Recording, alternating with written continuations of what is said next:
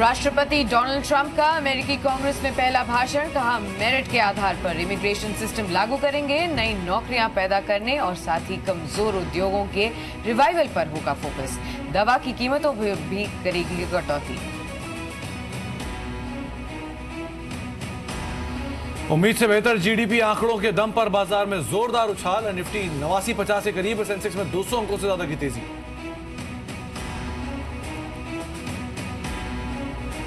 नोटबंदी का GDP growth पर असर नहीं, तीसरी तिमाही में जीडीपी ग्रोथ में हल्की गिरावट, 7.3% से गिरकर 7% हुई जीडीपी ग्रोथ, एग्रीकल्चर और साथ ही मैन्युफैक्चरिंग ग्रोथ में अच्छी बढ़त।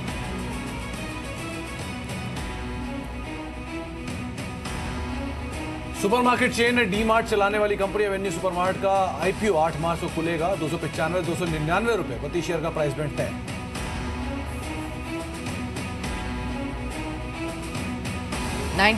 बैच के आईएएस अधिकारी अजय त्यागी आज संभालेंगे सेबी चेयरमैन का पदभार, 6 साल के बाद यूके सिन्हा की जगह लेंगे, कमोडिटीज और बॉन्ड मार्केट का डेवलपमेंट, साथ ही स्टार्टअप लिस्टिंग और रिट्स जैसे अहम मुद्दे होंगे प्राथमिकता।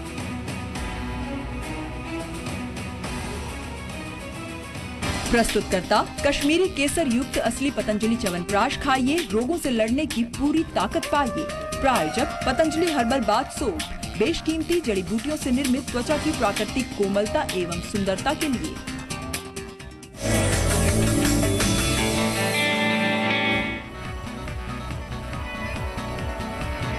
नमस्कार, आप देख रहे हैं आपका बाजार, मैं हूं साक्षी बत्रा। नमस्कार, मैं हूं सुमित। भारतीय बाजार जो कि एक अच्छी तेजी के साथ कामकाज कर रहे हैं, जोरदार उछाल शुरुआती दौर से ही देखने को मिला और रादर अब जो सपोर्टिव बाइंग आते हुए दिखाई पड़ रही है वो है रियल एस्टेट स्पेस के अंदर। शोभा, यूनिटेक जैसी कंपनियां जो कि अब तक पार्टिसिपेट नहीं कर रहे थे वो भी मार्केट में पार्टिसिपेट करते हुए दिखाई पड़ रहे हैं, लेकिन बाजार 58 अंक ऊपर कामकाज करते हुए निफ्टी 8950 को भी टेस्ट किया आज के सत्र में और सेंसेक्स को भी करीब 225 अंक ऊपर कामकाज कर रहा है। Mid cap small cap index में भी खरीदारी है। ऑटो इंडेक्स करीब 1/4% ऊपर है। कुछ देर पहले मारुति के नंबर आया, अनुमान के मुताबिक नंबर आते हुए दिखाई पड़े। डे हाई के आसपास मारुति कामकाज भी कर रहा है। एफएमसीजी इंडेक्स लाल निशान में, रादर ऑयल एंड गैस को छोड़कर सभी इंडेक्सेस जो हैं वो मोर और लेस हरे निशान में ही कामकाज कर रहे हैं। एक अच्छी तेजी मार्केट्स में है और अक्रॉस द बोर्ड बाइंग है। Rather banking clear cut winner, axis bank 2.5% ऊपर है, एचडीएफसी 2% ऊपर है और बैंक ऑफ बड़ौदा करीब 1.5% ऊपर कामकाज करते हुए।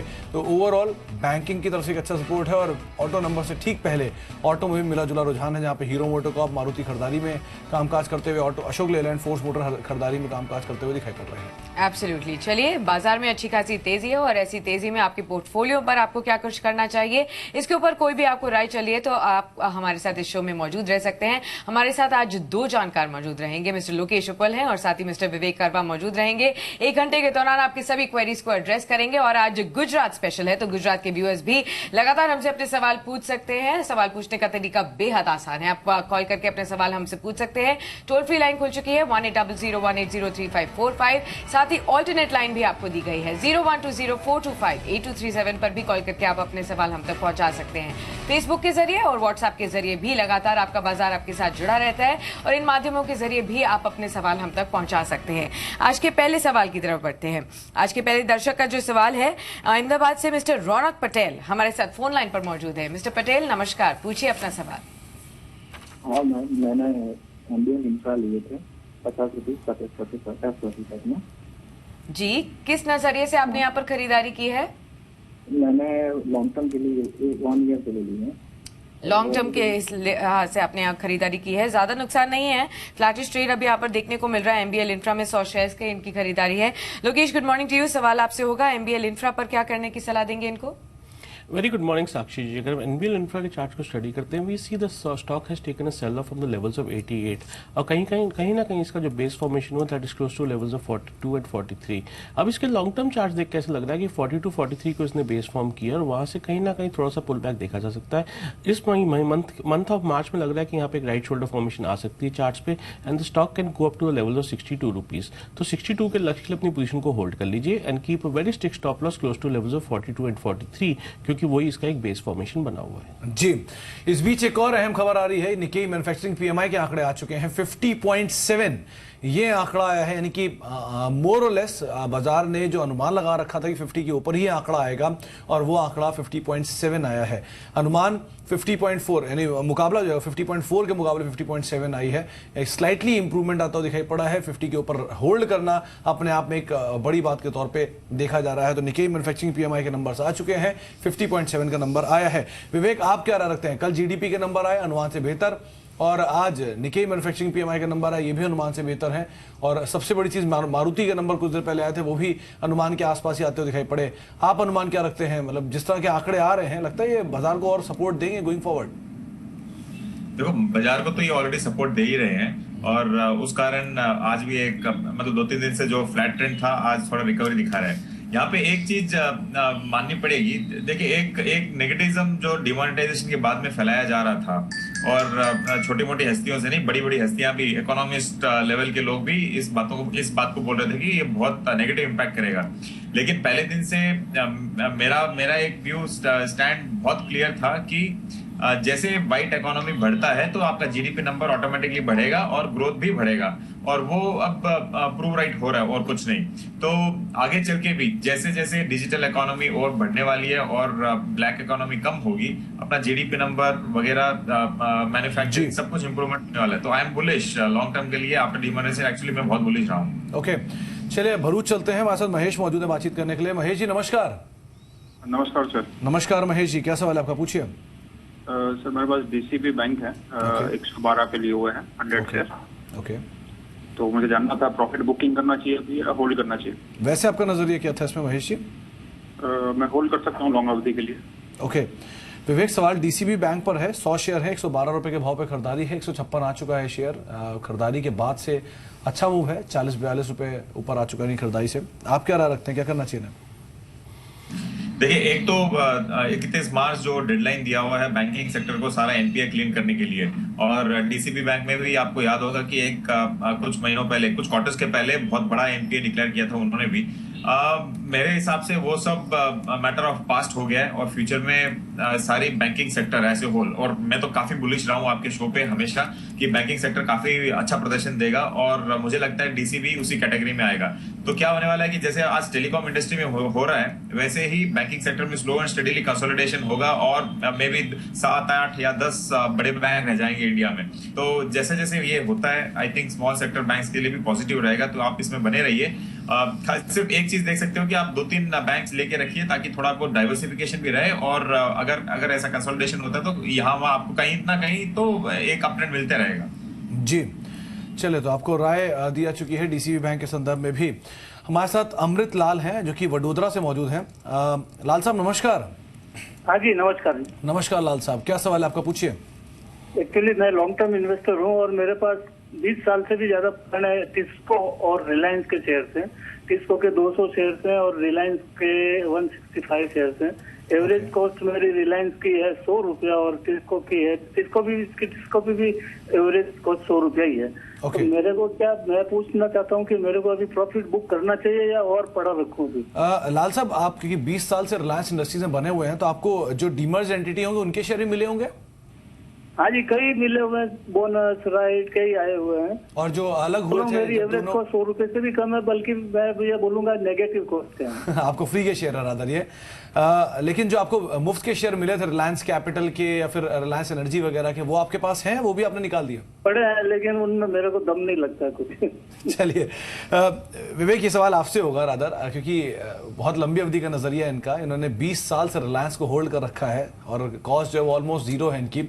165 शेयर इनके पास हैं और अभी 1240 का मौजूदा स्तर है, यानी कि जो नए रूपरेखा वाले शेयर हैं उसके हिसाब से 1240 रुपए इनके दाम आ रहे हैं। दूसरा टिस्को यानी टाटा स्टील को लेकर इनका सवाल था, वहां पर भी कॉस्ट ऑलमोस्ट नेग्लिजिबल है। इन दोनों पर ही आप क्या राय रखते हैं?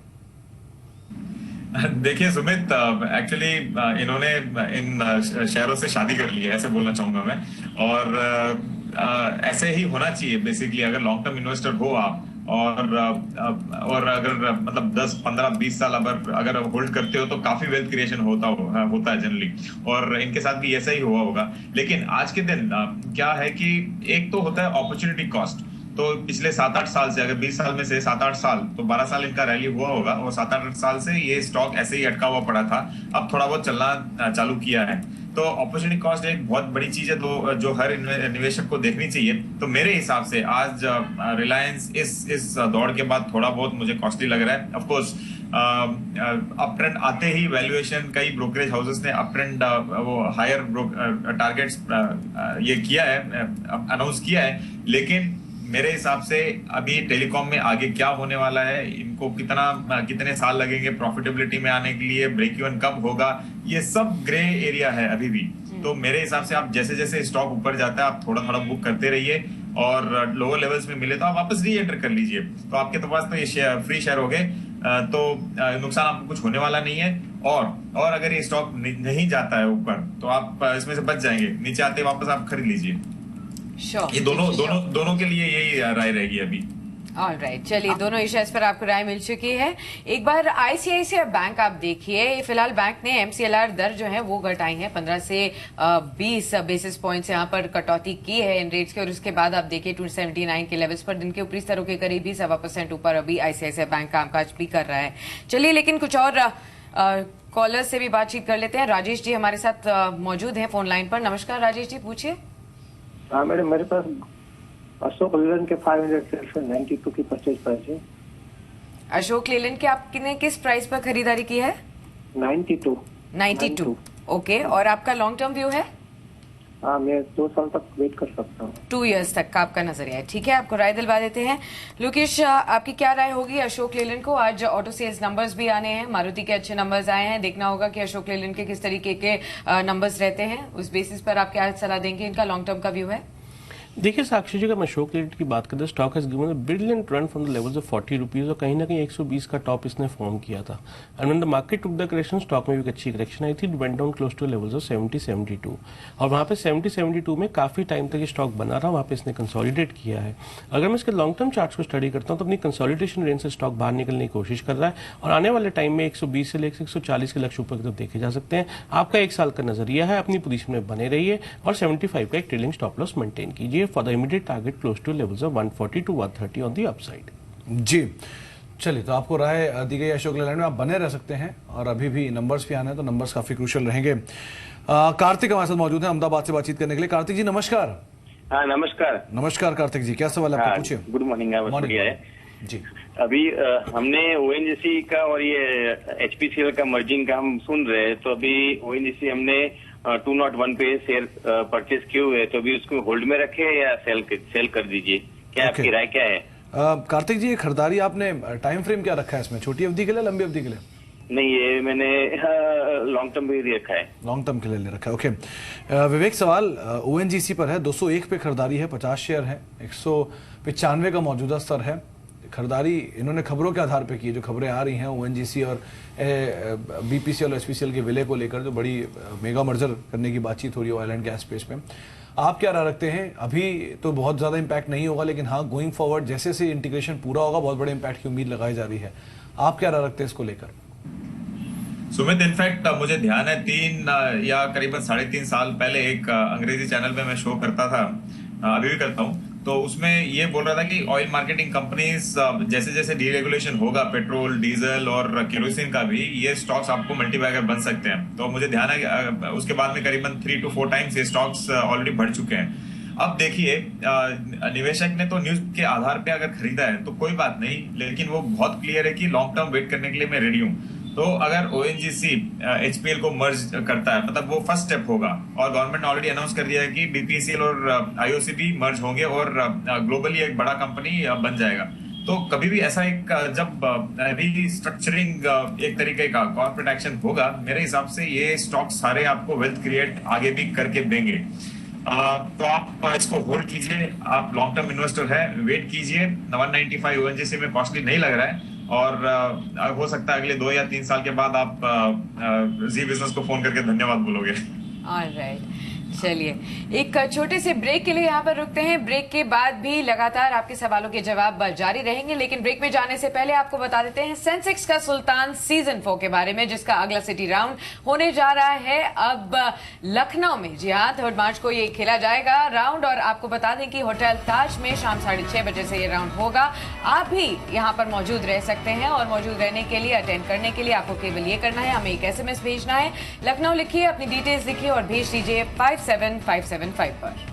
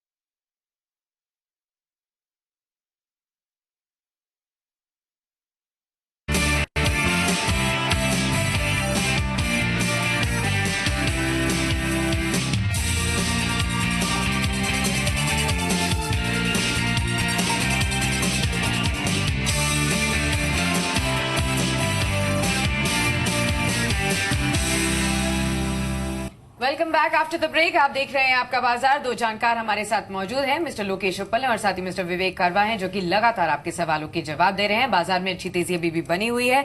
अगले सवाल की तरफ बढ़ते हैं। जामनगर से भविन जी हमारे साथ फोन लाइन पर जुड़े हैं। नमस्कार भविन जी, पूछिए। हाँ, मेरे पास 2 शेयर है। जीटीएल इंफ्रा 10,000 क्वांटिटी है। कौन सा शेयर है? GTL infra. ओके, और दूसरा शेयर? और दूसरा एटलांटा। ओके, 500 शेयर है। ठीक है, 80 के भाव से। ऑलराइट, नजरिया बताइए। मुझे जीटीएल इंफ्रा के बारे में पूछना था, मैं होल्ड करूं या रख सकता हूँ? जी ठीक है, चलिए आपके सवाल का जवाब लेंगे हम सर, लेकिन इस बीच एक और खास मेहमान हमारे साथ मौजूद है। पहले उनसे हम बातचीत कर लेते हैं। मिस्टर गणेश नटराजन है नेस्कॉम से। मिस्टर नटराजन नमस्कार, स्वागत है अपना कार्यक्रम में। बहुत बहुत शुक्रिया अपना समय हमें देने के लिए। आज जो एक बयान की उम्मीद लगाई जा रही थी कि शायद H1B वीजा को लेकर डोनाल्ड ट्रंप कुछ बड़े बयान दे सकते हैं, हालांकि उतने बड़े बयान नहीं आए जितना एक अनुमान लगाया जा रहा था। जो भी उन्होंने कहा कि जो भी वीजा का जो नियम है उसमें बहुत बदलाव नहीं होगा, लेकिन हाँ मेरिट के आधार पर वीजा नियम जो तय होंगे। आप कितना कन्विंस हैं इस बयान से? देखिए, प्रेसिडेंट ट्रम्प ने जो कहा है कांग्रेस को, वो मेरे ख्याल से काफी स्ट्रॉन्ग और एक विजनरी स्पीच था। क्योंकि जो उन्होंने कहा है कि अमेरिका को प्रोटेक्ट करना है और जैसे आपने कहा मेरिट बेस पे इमिग्रेशन कंसिडर किया जा सकता है, वो सब अच्छी बात है। और हमें भी ये ध्यान रखना चाहिए कि उनका जो स्टेटमेंट है, जो बाय अमेरिकन हायर अमेरिकन है, तो उसको देखते हुए हमें भी लोकल हायरिंग करनी पड़ेगी इंडस्ट्री को, और जो भी लोग वहां जाते हैं वो क्वालिफाइड लोग होनी चाहिए। तो अगर हम वो सब करेंगे तो मेरे ख्याल से ज्यादा कोई तकलीफ नहीं होनी चाहिए इंडस्ट्री को। Right mister Natarajan, but somehow जिस तरीके से उन्होंने ऑलरेडी बिल साइन किए हैं या फिर जो नए बिल्स इंट्रोड्यूस हो रहे हैं, भले वो H1B वीजा को लेते हुए हो या फिर न्यू इमिग्रेशन या आउटसोर्सिंग लॉज हो, उसको देखते हुए जो IT इंडस्ट्री है सभी ने अपनी रणनीतियां में डेफिनेटली कुछ ना कुछ बदलाव कर रहे होंगे and they are trying to hire may be more American. तो ऐसे में IT इंडस्ट्री के जो कॉस्ट हैं वो भी एस्केलेट होते हुए नजर आएंगे। कितना इम्पैक्ट आप वहां देख रहे हैं? इम्पैक्ट तो जरूर होगा, क्योंकि अभी अगर आप IT इंडस्ट्री पे जो प्रेशर देखें, एक तो वो ऑटोमेशन का प्रेशर है, दूसरा जो क्लाइंट्स हमारे डिजिटल ट्रांसफॉर्मेशन की ओर बढ़ रहे हैं, उसमें लोगों की कम जरूरत पड़ती है। And the third is of course the protectionism या वीजा रेजिम। तो ये तीनों pressures these are headwinds on the IT industry. और ये देखते हुए ऐसा हो सकता है कि कुछ प्रॉफिट प्रेशर जरूर बना रहेगा for the next 12 to 18 months। और देखना पड़ेगा कि ब्रेक्सिट को देखते हुए या US वीजा रेजिम को देखते हुए किस तरह के पॉलिसी चेंजेस और किस तरह से स्ट्रैटेजी चेंजेस करनी पड़ेगी। ये जरूर है कि थोड़ा अनसर्टनिटी है अभी इंडस्ट्री में, और आगे 2-3 महीने में शायद क्लियर हो जाएगा। जी मिस्टर नटराजन, जिन हेडविंड्स की आप बात कर रहे हैं उसमें अगर उसको यहाँ पे फॉर्मुलेट किया जाए ठीक से, तो क्या कुछ प्राइसिंग को लेकर pressure as of now industry face कर रही है US क्लाइंट्स की तरफ से? देखिए, प्राइसिंग प्रेशर तो आई डोंट थिंक सो, क्योंकि प्राइसिंग प्रेशर तो जो नॉर्मल प्राइसिंग प्रेशर वही है, क्योंकि US economy is doing well. जैसे आपने देखा even the Dow Jones is doing very well. और मेरे ख्याल से अभी US अगर वो ये मॉडरेट पॉलिसीज जो उन्होंने आज अनाउंस किया वो अगर परस्यू करते हैं, तो मेरे ख्याल से अभी next 2 years will going to be very good for America. और अमेरिकन इकोनॉमी के लिए जो भी अच्छा होगा वो हमारे क्लाइंट्स के लिए अच्छा होगा। और प्राइसिंग का कोई दबाव मैं नहीं देख रहा हूँ, मगर ये आगे हुए ये देखना पड़ेगा कि किस तरह से अब उस माहौल में किस तरह के प्रोजेक्ट्स आते हैं, किस तरह के प्राइसिंग होते हैं और किस तरह के man power utilization. So all these are potential problems या पोटेंशियल अपॉर्चुनिटीज। देखना पड़ेगा कि कैसे प्ले आउट होता है। चलिए, बहुत बहुत शुक्रिया मिस्टर नटराजन अपना समय हमें देने के लिए, हमसे बातचीत करने के लिए सभी टॉपिक्स के ऊपर। कुछ देर पहले हम जो बातचीत कर रहे थे वो बातचीत कर रहे थे 2 शेयरों को लेकर, एक था जीटीएल इंफ्रा और दूसरा था एटलांटा। लोकेश, दोनों के चार्ट्स देखिए, आप क्या राय रखते हैं इन दोनों शेयरों को लेकर? देखिए सुमित जी, हम जीटीएल इंफ्रा की बात करते हैं। स्टॉक ने बड़ा अच्छा बेस फॉर्मेशन दिया है फॉर द लेवल्स ऑफ ₹1.60 और वहाँ से अच्छा बुल रन देखा गया क्लोज टू लेवल्स ऑफ ₹7। और अभी वहाँ से देखा जा रहा है कि फिर से साइडवेज कंसोलिडेशन हो रही है। Stock is trading in a very solid range of 4.25 and 5.35। अगर ₹5.35 के ऊपर स्टॉक जाएगा तो हो सकता है कि ₹5.5 से ₹6 का भाव इन्हें मिल जाए, जो वहाँ पर जाकर अपनी प्रॉफिट बुकिंग करके प्रॉफिट टेक होम कर सकते हैं। अगर हम दूसरी बात करते हैं एटलांटा के चार्ट्स को स्टडी करने के बाद लग रहा है कि स्टॉक ने बहुत अच्छा बेस फॉर्मेशन लिया है फ्रॉम द लेवल्स ऑफ ₹81 और यहाँ पे एक साइडवेज कंसोलिडेशन स्टार्ट हुई है। इसके लॉन्ग टर्म चार्ट इंडिकेट करते हैं कि आने वाले टाइम में स्टॉक में 94 से 95 का लक्ष्य ऊपर की तरफ देखा जा सकता है। तो फिलहाल अपनी पोजीशन को होल्ड करें with the stop loss close to levels of ₹81। Sure. चलिए, यहाँ पर भी आपको एक राय मिल चुकी है। एक सवाल एसएमएस के जरिए भी ले लेते हैं फटाफट से। आनंद का सवाल है यहाँ पर, और जुबिलेंट फूड को लेकर यह सवाल है। 1015 के लेवल्स पर उन्होंने खरीदारी की हुई है, क्वांटिटी क्लियर नहीं की है, पर विवेक आपकी क्या राय होगी जुबिलेंट फूड को लेते हुए? देखो, कंपनी बढ़िया है ये, और एक ऐसी कंपनी है, मैं तो इसको एफएमसीजी में डालूंगा, फूड में डालूंगा ही नहीं, जो काफी फास्ट मूविंग रहेगा। और लेकिन स्टॉक इन दामों में बहुत कॉस्टली लग रहा है, और करीबन देखो 73-74 पी पे आज ये चल रहा है, तो बहुत कॉस्टली लग रहा है। थोड़े मतलब कुछ दिनों पहले, रादर कुछ हफ्तों पहले काफी डाउन लेवल्स में था, उस वक्त लेने के भाव थे। अभी तो प्रॉफिट बुक आप टेम्परेरी करिए, अगर आप होल्ड करके रखे हो तो करीबन 980 का स्टॉप लॉस बना के आप इसमें बने रहिए, लेकिन फ्रेश परचेजिंग में यहाँ पे एडवाइस नहीं करूंगा। चलिए, तो नई खरीदारी ना करें, जो एग्जिस्टिंग पोजीशन है उसके साथ बने रहें, ये आपको राय दी गई है जुबिलेंट फूड्स के संदर्भ में। एक छोटे से ब्रेक का वक्त हो गया, लेकिन लगातार हम आपको बता रहे हैं कि सेंसेक्स सुल्तान सीजन 4 का जो अगला सिटी राउंड है वो है अब लखनऊ के अंदर, और लखनऊ के सिटी राउंड में आप हिस्सा ले सकते हैं। अगर आप भी इस कार्यक्रम का हिस्सा बनना चाहते हैं तो आपको करना सिर्फ इतना है कि अपने मैसेज राइटिंग बॉक्स में जाके लखनऊ लिखना है और उसे एसएमएस कर देना है 57575 में। ये 2-3 तारीख को ये इवेंट है विवांता में, और आप इसका हिस्सा बन सकते हैं। शाम 6:30 बजे इवेंट होगा, 3 जानकार मौजूद रहेंगे, आपके सवालों के जवाब भी देंगे और साथ इस कार्यक्रम को जज भी करेंगे।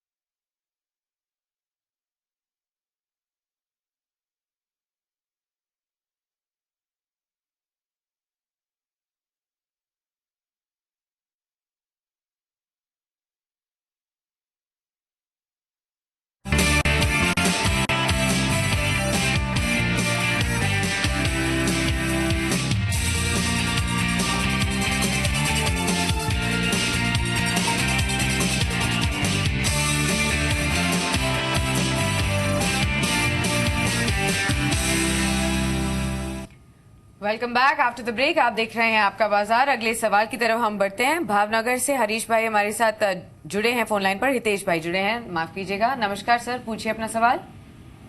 नमस्कार मैडम जी बताइए। मेरे पास REC है 149 से 1000 शेयर बाय किया हुआ है। कौन सा शेयर बोला आपने? Union bank? हाँ, यूनियन बैंक है। ठीक है, 149 के आसपास ही अभी चल रहा है। अभी खरीदा आपने शेयर? हाँ, जस्ट अभी खरीदा है। अच्छा ठीक है, और नजरिया क्या रखते हैं? शॉर्ट टर्म का। शॉर्ट टर्म का ही नजरिया है। ठीक है, आपको राय दिलवा देते हैं। लोकेश यूनियन बैंक का आप एक बार चार्ट्स देखिए, 149 के लेवल्स पर कुछ ही देर पहले उन्होंने खरीदारी की है। ट्रेडिंग के नजरिए से क्या राय देंगे आप?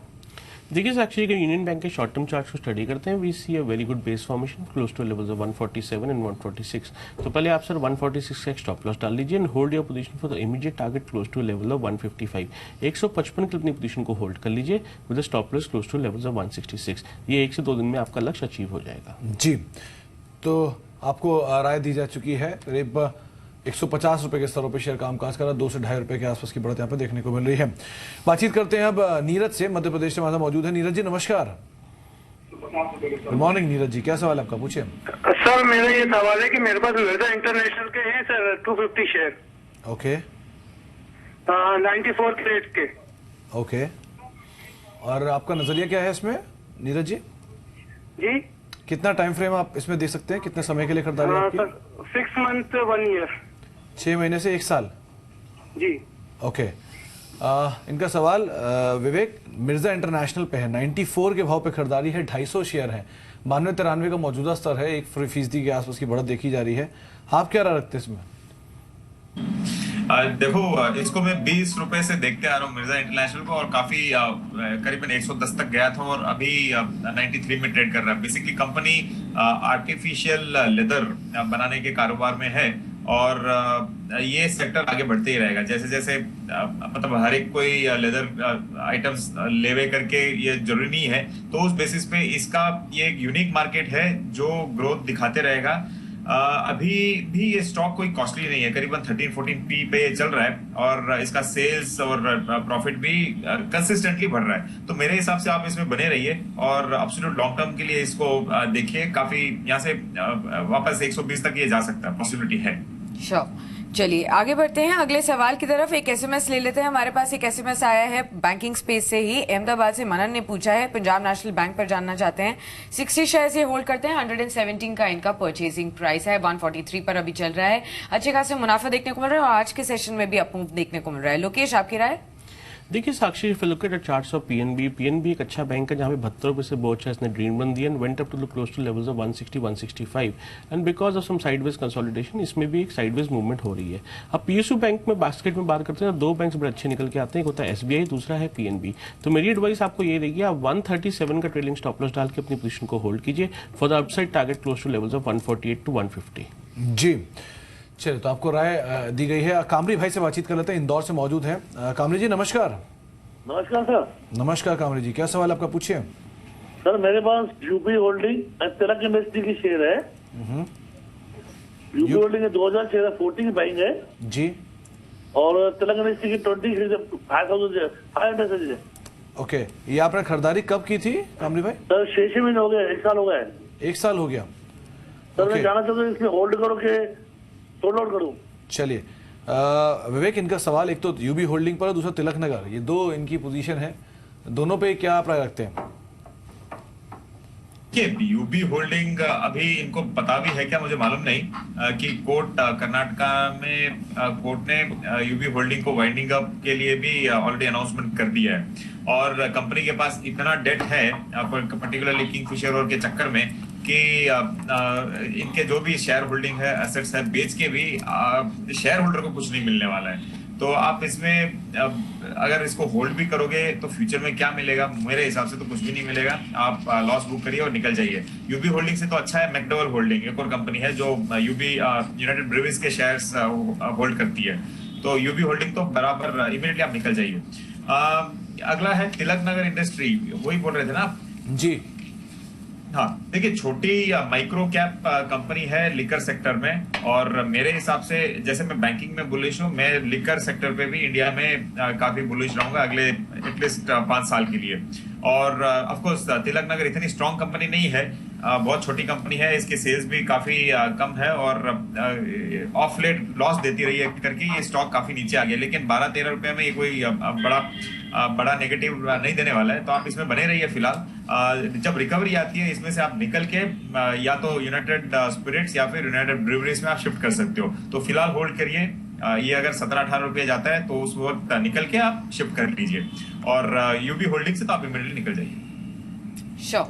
चलिए आगे बढ़ते हैं। सूरत से भाविक शाह हमारे साथ फोन लाइन पर जुड़े हैं, उनसे बात कर लेते हैं। नमस्कार भाविक साहब, पूछिए। नमस्कार सर जी। सर एक क्वेश्चन था मेरा कि मेरे पास HPL इलेक्ट्रिक के 500 शेयर है 120 रुपए के प्राइस से। ऑलराइट। और सर ये 1 महीने के लिए मैं उसको होल्ड कर सकता हूँ, उससे ज्यादा होल्ड नहीं कर सकता हूँ, तो क्या 1 महीने का ही नजर।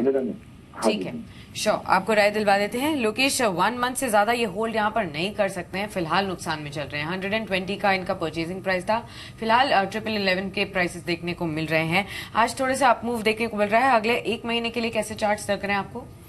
देखिए साक्षी जी, अगर हम HPL इलेक्ट्रॉनिक्स की बात करते हैं, stock has taken a beating from levels of 130।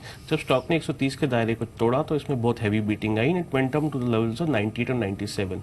काफी लंबे टाइम से जो स्टॉक है एक कंसोलिडेशन रेंज के अंदर ही फंसा हुआ है, जहां पे इसकी जो अपसाइड कैपिंग आती है that is close to levels of 118 और जिसका डाउन साइड आता है that is close to levels of 105।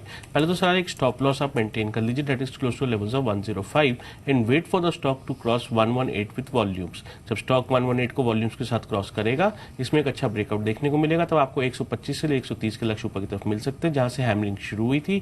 वहां पे जाके अपने मुनाफे को वसूल करके टेक होम कर लीजिएगा। जी चलो, तो आपको राय HPL इलेक्ट्रिक के संदर्भ में दी गई है। रमेश से बातचीत कर लेते हैं। रमेश जी नमस्कार। Good morning to you. Good morning Ramesh ji, क्या सवाल है आपका? I am holding 500 shares of Vimta lab at 93। Okay, long term investor हूँ, क्या एडवाइस रहेगी आपकी? चलिए, अच्छा मुनाफा है रमेश जी, पहले तो आप उसे जरूर बचा के रखिएगा। विवेक, आज एक अच्छी बाइंग है रादर छोटे मझौले फार्मा में है। कल से बाइंग शुरू हुई थी और ये कैरी फॉरवर्ड हो रही है आज भी। विमटा लैब करीब 6-6.5 रुपए ऊपर कामकाज कर रहा है, 6% ऊपर है। आप क्या राय रखते हैं? खरीदारी 90 रुपए के आसपास है, 90-93 रुपए की खरीदारी है, 500 शेयर है, मुनाफा है 18 रुपए से ज्यादा, करीब 20 से 22 रुपए का मुनाफा इन्हें हो रहा है अभी अपनी पोजीशन में। क्या राय रखते हैं आप इसमें, क्या करना चाहिए? देखिए, जो मेडिकल सेगमेंट है भारत में, इसमें काफी फ्यूचर में जाके इम्प्रूवमेंट भी होगा और विमटा लैब मेडिकल इक्विपमेंट्स में भी काम करती है, तो उसका भी फायदा इस कंपनी को लॉन्ग टर्म में होने वाला है। और आज के दिन ये करीबन 26 PE पे चल रहा है, तो मेरे हिसाब से कॉस्टली भी नहीं है।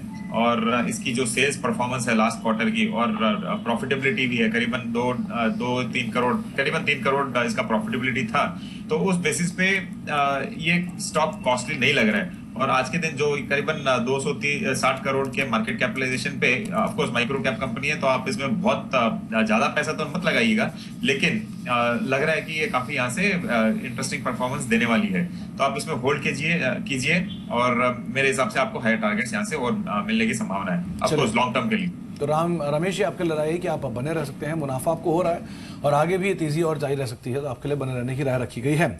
आज दिन काफी अहम है, 1 मार्च का दिन है, बड़े सारे बदलाव हुए हैं और ऑटो सेल्स के नंबर्स भी आने हैं, लेकिन इस बारी के ऑटो सेल्स के नंबर में एक इंटरेस्टिंग आंकड़ा भी है और वो आंकड़ा डिम्पी लेके हमारे साथ मौजूद है। डिम्पी, अनुमान लगाया जा रहा था कि अच्छे सेल्स के नंबर आएंगे, आने शुरू भी हुए हैं, मारुति के साथ इसका आगाज भी हो गया है, लेकिन इन सबके बीच में एक इंटरेस्टिंग आंकड़ा है जो आप लेकर आए हैं, वो क्या है? सुमित, असल में उत्तर प्रदेश की 2 बड़ी पार्टी सपा और बसपा दोनों का ही एक सवारी वाला चिन्ह है। एक के पास हाथी, दूसरे के पास साइकिल है, लेकिन दोनों ही लिस्टेड प्लेयर नहीं है। असल में फिर भी सवारी वाले शेयर्स चले, यानी कि मोटरसाइकिल ये बहुत तेजी से दौड़ी है उत्तर प्रदेश में, और ये ठीक चुनावों से पहले का आंकड़ा है जो कि दिसंबर सीरीज का हमको मिला है। इंटरेस्टिंग बात यह है कि 4 बड़े राज्य जो कि यूजुअली जिनमें मोटरसाइकिल या ट्रैक्टर की बिक्री बढ़ती है, उसमें उत्तर प्रदेश एकमात्र ऐसा है जिसमें ग्रोथ आई है, और तीनों के राज्य के अंदर डी ग्रोथ हमको आती हुई दिखी है। आप सिलसिलेवार तरीके से देखिए ऐसा क्यों हुआ, कैसे हुआ। पहली इंपॉर्टेंट बात, दिसंबर सीरीज में जो मोटरसाइकिल की बिक्री है वो करीब 19% बाकी बढ़ी है। ये एक अच्छा आंकड़ा है, और उत्तर प्रदेश को आप इस तरह से भी समझ सकते हैं कि ब्राजील जितना बड़ा देश है ये।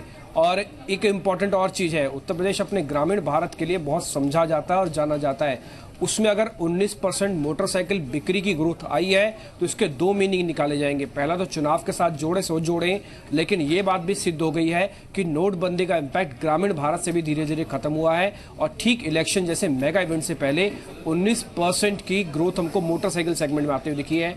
ये क्लियर कट रूरल इंडिया की एक इमेज को आपको स्टोरी को दे रहा है। दूसरा, आप ट्रैक्टर जो कि कोर ये कह सकते हैं कि पर्टिकुलर स्टेट्स का नीश सेगमेंट होता है, उसमें उत्तर प्रदेश लीडर है। यहां पे भी आप ग्रोथ करीब 16% की देखेंगे। अभी मॉनसून दूर है, लेकिन ठीक उससे पहले 16% की ट्रैक्टर बिक्री भी ये कहती है कि किसानों के पास अभी प्लेंटी ऑफ मनी है और एग्रीकल्चर की स्थिति भी ठीक है। आज जब एल निनो की रिपोर्ट आई तो ये आंकड़ा उसको काफी हद तक दबा देगा। अब आते हैं इसका असर क्यों नहीं हो पड़ा। नोटबंदी का असर काफी हद तक कैलकुलेट नहीं हुआ, ये हमको समझ में आया इससे। दूसरी इंपॉर्टेंट चीज, शादी और त्योहारों की वजह से भी एकदम से इस पे मांग बढ़ी है। हालांकि आपको बता दें, जिस दिन सबसे ज्यादा शादियां होनी थी भारत में, उसी दिन ही नोटबंदी हुई है। तो ठीक उससे पहले ये जो आंकड़ा आया है, इससे ये समझ में आया कि त्योहार और शादियां दो ऐसी चीजें हैं जिसमें भारत के अंदर कोई परहेज नहीं किया जाता, गुरेज नहीं किया जाता। रूरल इनकम को लेकर भी आंकड़े ठीक है। अभी आप चुनावों में एक भाषा भी सुन रहे होंगे, गन्ना किसानों का भुगतान जल्दी से पे कर दिया जाएगा। कुछ भुगतान पहले भी दिया गया है, इस वजह से भी मांग के अंदर हमने बढ़त आती हुई देखी है। अब आप मोटरसाइकिल की बिक्री देखिए, उत्तर प्रदेश के अंदर 19% और सभी 3 राज्य जिसमें महाराष्ट्र, राजस्थान, एमपी में डी ग्रोथ हुई है। जिन कंपनीज को फायदा है उसका भी एनालिसिस करके देखिए। हीरो मोटोकॉर्प और बजाज ऑटो दोनों ही बड़े प्लेयर हैं मोटरसाइकिल सेगमेंट के अंदर, जो कि भारत के देसी प्लेयर जिसको हम कह सकते हैं वो है, जिन्हीं के अंदर ग्रोथ आती हुई दिखी है। टीवीएस मोटर यूजुअली ज्यादा बड़े मोटरसाइकिल बनाता नहीं या फिर रूरल में चलते नहीं, इसलिए इसकी ग्रोथ कम रह गई। लेकिन इंजन बनाने वाले, पंप बनाने वाली कंपनी आयशर मोटर, वो 55% की ग्रोथ के साथ दिखी है। चलिए, तो कुछ इंटरेस्टिंग आंकड़े आपको डिम्पी ने भी बताए, जिसमें बाकी 3 राज्यों के कंपैरिजन में एक पॉजिटिव ग्रोथ जिसमें आई है वो है उत्तर प्रदेश, जहां पर चुनाव है। और अगर उसमें देखा जाए तो बाइक में सबसे ऊपर नाम आता है हीरो मोटोकॉर्प का, करीब 40% की ग्रोथ वहां पर देखने को मिली। यानी कि अगर बाइक बिकी है यूपी में तो हीरो मोटोकॉर्प ने सबसे बड़ा मार्केट उसमें पाया है। बहुत बहुत शुक्रिया डिम्पी। आगे जो सेल्स के नंबर आएंगे उसमें शायद ये जो रिफ्लेक्शन है होता हुआ दिखाई पड़े, यानी कि आज जो सेल्स के नंबर आने में हीरो मोटोकॉर्प, बजाज और टीवीएस मोटर्स के, उसमें ये चीज साफ हो भी जाएगी कि यूपी का कितना इंपैक्ट आया है ओवरऑल सेल्स के ऊपर भी। आप क्या राय रखते हैं विवेक? एक इंटरेस्टिंग फैक्ट लेकर डिम्पी आए थे अभी कि यूपी में चुनाव और चुनाव के ठीक मद्देनजर या फिर बाकी अन्य खबरों के मद्देनजर एक अच्छी बिक्री के आंकड़े आए हैं। आप कैसे देख रहे हैं इस खबर को? एक्चुअली लास्ट इलेक्शन में मेरे को सुनना आया था कि काफी जो भी पॉलिटिशियंस है यूपी में, जिन के पास गाड़ी है उनके पास ऑर्डर चला जाता है कि आप अपनी गाड़ी भेजो, हम लोग कैंपेनिंग करेंगे। और लग रहा है कि इस साल वो लोग खुद ही परचेजिंग करके आई थिंक कैंपेनिंग चल रहा है। तो मेरे हिसाब से on a serious note, telecom sector अभी भी इंडिया में काफी इंटरेस्टिंग दौर से गुजरेगा। और जब मारुति 3000 रुपये चल रहा था तब मैंने बोला था कि 10,000 रुपये तक ये जा सकता है, स्टॉक में कैपेसिटी है। तो 2 व्हीलर पे मैं इतना खास बुलिश नहीं हूँ, ऑफकोर्स बुलिश हूँ, लेकिन 4 व्हीलर पे और भी ज्यादा बुलिश हूँ। तो मेरे हिसाब से जीएसटी के आने के बाद आप कमर्शियल व्हीकल ले लीजिए और पैसेंजर व्हीकल, दोनों व्हीकल सेगमेंट में और भी बढ़ोतरी आएगी। मेरे हिसाब से मारुति बहुत इंटरेस्टिंग स्टॉक है एक रिटेल सेगमेंट के लिए, और स्टॉक्स लाइक एसएमएल, इसूजू या फिर टाटा मोटर्स काफी इंटरेस्टिंग रहेंगे हेवी मोटर व्हीकल साइड में भी। श्योर। चलिए, तो ऑटो मेकर्स पर भी आपको राय मिल गई है, कौन से ऐसे शेयर्स हैं जहां पर अच्छे प्रॉफिट्स की आप उम्मीद लगा सकते हैं, वहां पर आप अपने पोर्टफोलियो को एक्सपैंड कर सकते हैं। चलिए, आपको एक और खबर बताते हैं। आने वाले दिनों में करेंसी का इस्तेमाल खत्म हो सकता है। करेंसी की जगह बिटकॉइन जैसे वर्चुअल करेंसी ले सकते हैं। और रिजर्व बैंक के डेप्यूटी गवर्नर आर गांधी के मुताबिक बिटकॉइन ने दुनिया का ध्यान खींचा है। अगर इसे आगे और सफलता मिली तो बैंकिंग सिस्टम में भी खत्म होने का खतरा है। Or an open distributed ledger that can record transaction between two parties efficiently and in a verifiable and permanent way. Using this technology, certain innovative products which have come in the scene have excited a large section of people around the world. I am referring to the Bitcoins phenomenon. The way the Bitcoins have caught the imagination, generated interest and gained value has led to some quarters thinking and predicting end of the currency system itself. Using the technology, certain innovative products have come in the scene, as I mentioned, and people are predicting the death of banking and even currency system. Alright, तो जल्द ही bitcoin के इस्तेमाल से ऐसा लगता है are Gandhi को कि करेंसी का इस्तेमाल खत्म हो सकता है। चलिए आगे बढ़ते हैं। आज खबरों का सिलसिला जारी है और थॉमस कुक के लिहाज से भी एक बड़ी खबर आई है कि कंपनी ने ग्रैंड इंडियन हॉलिडे सेल के नाम से एक ऑफर लॉन्च किया है। इसी की बारीकियां समझने के लिए कंपनी के मैनेजमेंट भी हमारे साथ मौजूद हैं। मिस्टर इब्राहिम अल्पैथ हमारे साथ मौजूद हैं, जो कि प्रेसिडेंट है मार्केटिंग के थॉमस कुक इंडिया से। Sir, thank you very much for your time on Zee Business and joining us on this show. First of all, we would like to congratulate you on this offer that you've brought in, and also we would like to understand from you what are the details of this property.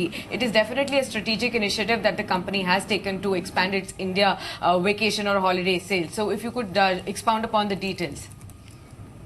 Yeah, so thank you first of all for inviting us. This is, like you said, a strategic initiative by the Thomas Cook India Group. The idea is basically to leverage what is clearly the biggest booking season for holidays in India as a run-up to the summer holidays that most of India has, especially with families with children, school-going children, etc. The idea was to time it to coincide with that peak booking season and create a sort of wide variety of attractive offers across all travel related products, whether it is flights, hotels, holiday packages, etc., and make it available across all our channels. As you know, Thomas Cook has historically been a physical network of branches and stores, but over the last few years, we've also invested very heavily in the online space. So this festival actually puts together this whole wide variety of products to cater to every customer segment and need across all the segments of possible holiday and travel needs, and will be available across all our channels, whether it is the branches, our website, which is thomascook.in, or even our mobile app, which is available on Android and iOS. The idea is to make attractive discounts available. Also attractive editions like child travel free on select Asia holidays. We also have on select products holiday pay, holiday free, where you could actually get a domestic or an international holiday free depending on the product you buy, which is very attractive as well. We also have a tie-up with Standard Chartered, where obviously offering a 5% additional discount if you use a Standard Chartered debit or credit card. And we are also giving an additional discount of up to 4.5% on one-time full payment. This largely is our way of offsetting the additional tax charge on travel-related things as per the new service tax rules. So, in a nutshell, this festival, which is between the 1st and 10th of March, is really aimed at creating a focused sort of demand for holidays with a range of attractive offers across a wide variety of choices for both domestic and Indian holidays. To leverage the biggest booking season, like I said. That's definitely true. I'd like to understand from you something more about the demand scenario. We are seeing demonetization process now over and remonetization kicking in. Now crude prices are going higher, and Indian government is also focusing on regional connectivity. So amid all this, how do you see the demand scenario in India?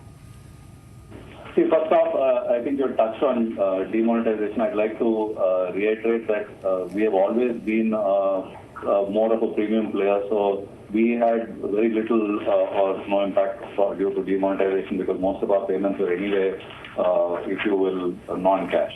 So I don't think that was too much of a problem for us, and I think whatever was there has, as you said, gone away over the last few months. To the point on demand, we are actually seeing uptake in demand. I think holidays, especially for the middle and upper middle class across India, not just the metros, has now become a part of their daily routine. So it's no longer considered a luxury. In fact, most urban Indians now, versus historically taking one holiday a year, we've seen a clear trend where they're taking more than one holiday a year. They might be shorter than earlier, but they're taking 2 or 3 holidays a year. Very often it's one international, one domestic, and so on and so forth. So I think in terms of demand, that's actually creating a multiplier effect with the same customer taking multiple holidays. And from a demand perspective, actually we've not seen too much softening at all. We've actually seen quite a big increase in demand. Very often the challenge is often on the supply side in terms of availability of flight seats, especially on high demand sectors during the peak season. Very often our ability to sell is curtailed more on the supply side rather than the demand side.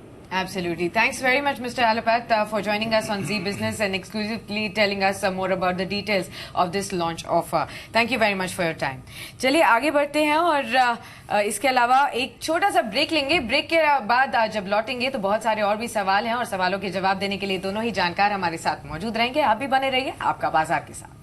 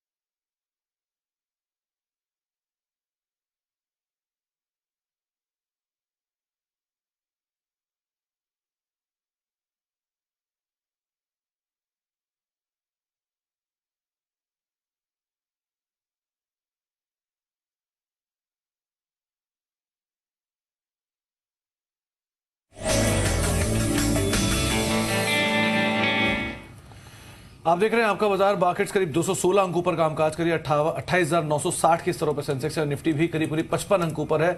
8935 का level देखने को मिला। इस बीच Eicher Motors के sales के number आए हैं, आपको बताते हैं। जो कंपनी की सेल्स आई है, रॉयल एनफील्ड की बिक्री करीब 7% बढ़ी है और 1702 यूनिट ये आई है 1590 यूनिट के कंपैरिजन में फरवरी बिक्री। लेकिन टोटल जो है वो है 58,440 यूनिट के आसपास। जो कंपनी की सेल्स यूनिट है, वो जो सेल्स है उसमें करीब एक्सपोर्ट में करीब 7% की बढ़त आई है और टोटल सेल जो है वो 58,440 यूनिट के आसपास का आंकड़ा आता दिखाई पड़ा, जिसमें 19% की बढ़त आई है। ये एक सफाई है। एक स्पाइक आया आयशर में, लेकिन ऊपरी लेवल से जरूर कुछ बिकवाली आती दिखाई पड़ी, लेकिन अभी भी हरे निशान में ही आयशर मोटर कामकाज कर रहा है। करीब 58,440 यूनिट्स आयशर मोटर की बिक्री आई है, जो कि 19% बढ़ के रॉयल एनफील्ड की बिक्री जो है वो आती दिखाई पड़ी और टोटल एक्सपोर्ट जो रॉयल एनफील्ड का वो करीब 7% बढ़ता हुआ दिखाई पड़ा। तो ये तो रही ऑटो सेल्स की बात, लेकिन लगातार हम आपको बता रहे हैं सेंसेक्स सुल्तान सीजन 4 के बारे में, जिसका अगला सिटी राउंड जो है वो अब लखनऊ में है और उस पर बातचीत करने के लिए कंटेस्टेंट भी हमारे साथ मौजूद हैं। उज्जवल विद्रोही हमारे साथ मौजूद है बातचीत करने के लिए। उज्जवल जी नमस्कार, स्वागत है कार्यक्रम में। किस तरह की तैयारी चल रही है आपकी? तैयारी तो बहुत अच्छी चल रही है सर। बस थोड़ा नर्वस फील कर रहा हूँ क्योंकि फर्स्ट टाइम है इसी रियलिटी शो में पार्टिसिपेट कर रहा हूँ। जी उज्जवल जी, क्योंकि बहुत सारे करंट अफेयर्स के टॉपिक हैं जो इंपॉर्टेंट है, जिसमें डिमोनेटाइजेशन है, इंटरेस्ट रेट है, डोनाल्ड ट्रंप के बयान है या फिर ऑटो सेल्स के नंबर ही हैं, इन सब चीजों पे आपकी तैयारी किस तरह की है? इसमें थोड़ा है क्योंकि मैं अभी नया हूँ इस फील्ड में, तो ज्यादा तो जानकारी नहीं है, लेकिन जितना भी है मैंने थोड़ा करके अरेंज किया है और इसके लिए तो मैं बिजनेस वालों का ही शुक्रिया अदा करूंगा कि उन्होंने इस तरह का मुझे प्लेटफॉर्म प्रोवाइड किया है। और ये लर्निंग के लिए भी काफी अच्छा मटेरियल जीबीएस से ही मुझे मिल जाता है।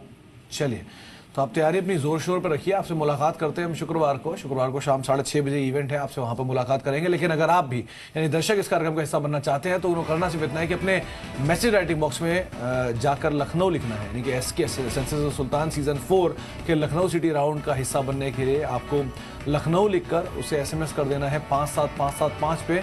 ताज विवानता में ये कार्यक्रम है शाम 6:30 बजे और 3 जानकार हमारे साथ मौजूद होंगे आपके सवालों के जवाब देने के लिए भी और साथ इन क्वेरीज को जो कार्यक्रम है उसको जज करने के लिए भी। आप सभी का बहुत बहुत शुक्रिया। लोकेश आपका भी बहुत बहुत शुक्रिया और साथ विवेक आपका भी बहुत बहुत शुक्रिया हमारे साथ मौजूद रहने के लिए, अपना समय में देने के लिए। एक छोटा सा ब्रेक है, लेकिन ब्रेक के बाद हम बातचीत करेंगे कमोडिटीज मार्केट में और स्पेशली एल नीनो की जो पॉसिबिलिटी कितनी बड़ी है और कितना इम्पैक्ट करेगी एग्री कमोडिटीज को लेकर, इस पर हम चर्चा करेंगे छोटे से ब्रेक के बाद। तब तक के लिए